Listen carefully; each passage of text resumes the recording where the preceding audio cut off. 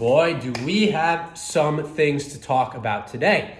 It seems that many believe that the market is destined for a payback period. I saw Tom Lee say that February was a down month, therefore March is going to be a green month. And of course, February was a down month because January was an up month and such an up month. Well, I don't like to look at things like that. I get it. That is a way to look at things. And things sometimes do play out that way. Is my mouth blue? I put in some mouthwash before this. That's interesting. However, on this channel, we like to stick with the fundamentals. And I don't think the market is reacting entirely to the fundamentals.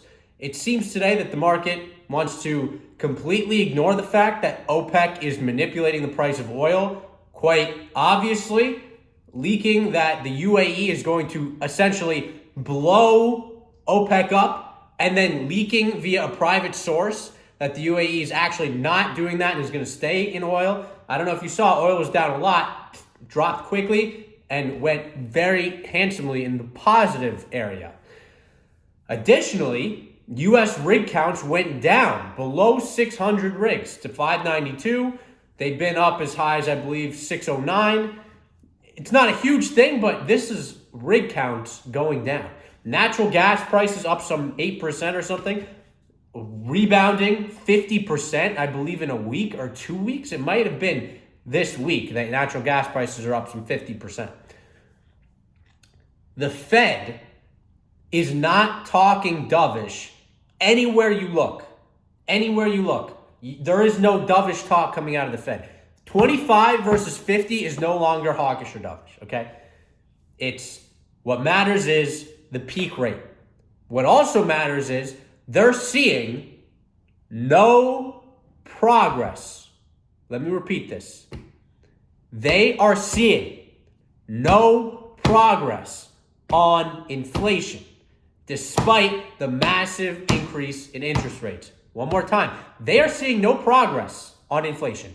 They are seeing no progress on jobs. Everyone's saying, oh, well, we'll see how things come in when we get the data. We'll see how things come in when we get the jobs report. We don't need to wait for the jobs report. We know how that jobs report's going to look. I don't believe we had a single week above 200,000 unemployment claims this month in February. So you best believe that jobs report is going to be hot. If it's not, you can come back here and criticize me. But my money is hot inflation, hot jobs report, just like the data we've gotten, German preliminary CPI coming in hotter than expected, right up there, if not at the highest. It's probably, top 2 to 5 all-time CPI reports of this inflation bout. The Fed is data dependent, okay, right? The Bulls tried to use the Jerome Powell saying that phrase for a split second as a reason to rally the market 1%. Well, guess what? What if the data doesn't cooperate? And now it's not cooperating. So are the Bulls going to turn into bears? I don't think so, because they're delusional. They aren't focusing on the fundamentals. They are buying stocks because stocks only go up. Well, the whole paradigm, the old prices, they're gone. And we're not going to them anytime soon. Earnings are down already. Okay? You don't want to call it a recession yet?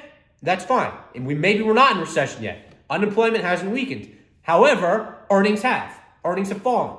And the Fed is only starting to take the printed money out of the system. We're only starting, if we even have seen, the impact of interest rate increases. And earnings are beginning to decline. Why is that? Because everything was so crazy before. Prices were crazy before. We had tremendous stimulus. We had tremendous money in bank accounts. It was an unusual period of time.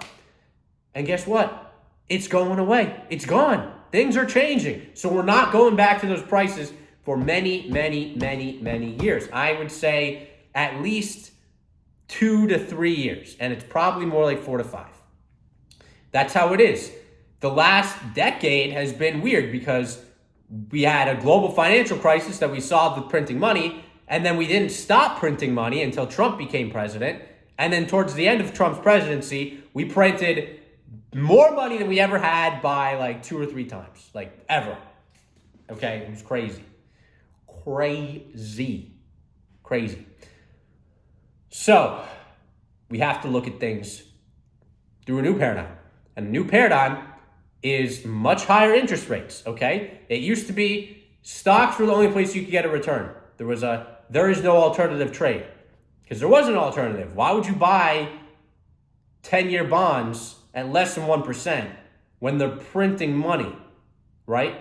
Didn't make sense. Even before inflation, didn't make sense. Well, now you have inflation higher than the 10-year yield. So still, why are you buying the 10-year yield? It's not high enough. And you want to celebrate the day markets don't only go up in a straight line. That's not how the world works. Nobody bats 1,000 in this market, obviously. It's very crazy, very volatile. And nobody bats 1,000. Even the people who have the most advanced AI, me, in my apartment, outperform them. So this is the Wild West, and it's the Wild West. Okay, it's not some algorithmic thing. Anyways, where was I going before that tangent? I forgot. See, this is a problem with not using notes. I can lose my train of thought sometimes when I let my ego get in the way, trying to gloat me. Anyways, new paradigm, totally different set of rules and dynamics, and earnings which are not growing at 20%, earnings which are declining. This is a big deal. And rates which are going up. There's more than just stocks to make money. I am interested in buying something like 6-month bonds. I, for the first time in my life, have actually thought maybe I could put, 5-10% cash there just to, do that. I'm not so opposed to that. I would like a better return, but the return that you're getting on some of these bonds is approaching the average return of a stock. And don't tell me stocks only go up because, and that's what they used to say, because look what happened last year, okay? Don't ignore that. Do not ignore that. That is a perfectly fine reality. All we did was get to the cusp of a bear market, 20% bear market. All we did was touch that. Which reminds me, one more thing we touched. Some might try to find solace in the fact that Bostic talking with the 200-day, us touching the 200-day moving average coinciding is somehow this magical thing that determines anything. It does not determine anything, okay? Again, I repeat, the only thing that matters is the fundamentals. What happens in the next 15 minutes doesn't matter. Anyways, here's what matters. Bostic was not dovish. I can say it a million times. You just need to understand this. He was not dovish. As I said at the beginning, you can't find dovish in the Fed right now. You can't, because the data isn't cooperating. They are chasing now. They thought they had it for a second. They were starting to give in. Remember earlier this week, I talked about Goolsbee, how he was going to be, the softest member of the Fed. I either talked it on a video or on Twitter. Goolsbee was going to talk. The only headline that dropped from Goolsbee, he's the new kid on the block for the Fed. The only headline that dropped from Goolsbee is, we can't listen to the market for monetary policy. Okay? New kid on the block for the Fed. His first time talking since getting on the Fed. We can't take our cues from the market. Why? Because the market is irrational. And it's being irrational right now. I know it might seem like I'm being irrational. I'm just a high energy person. And look, yes, I was down today, but I sold a lot of stuff yesterday. So I'm net positive on my shorts. Okay, I'm chilling. It's not a big deal. Anyways, the environment is not so good. You can say, oh, the market's only come down a little bit on rates going up this high. That does not work, okay? That does not work. It's not a perfect correlation between stocks and bonds. The way it works is bonds, as they go higher, offer a better return. It's not like people see, oh, we went from 3.99 to 4.01 and immediately sell their stocks and go to bonds. Bonds are higher. So they look at their stocks, they see the prices, they see, I've got a gain here, and, it's time to realize this gain. And instead of taking that cash and going to the next stock, What they instead decide to do is take that cash and go into the next bond, because the bond is actually paying them money. Unlike a lot of these stocks, which are just taking money. They're not delivering any money in return. They're actually robbing you. NVIDIA, robbing you.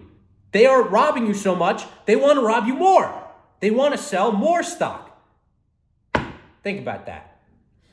The environment is not good. I'm happy to answer any questions about it. Feel free to drop in the comments below. I would not be buying here. I would not be long. I would not be bullish. I'll be long oil. I'll be long energy. OPEC, it seems like the White House wants a $70 floor. OPEC is doing this, pushing us right through 80 on WTI. 80 is probably going to be the new floor, and we're probably going to more like $90 to $100 a barrel. So if you want to go long energy. If you think the economy isn't going to be in a recession, you're still going to be fine being in energy. Energy is where you should be long, and then in my opinion, you should be in cash, you should be in bonds, or you should be short.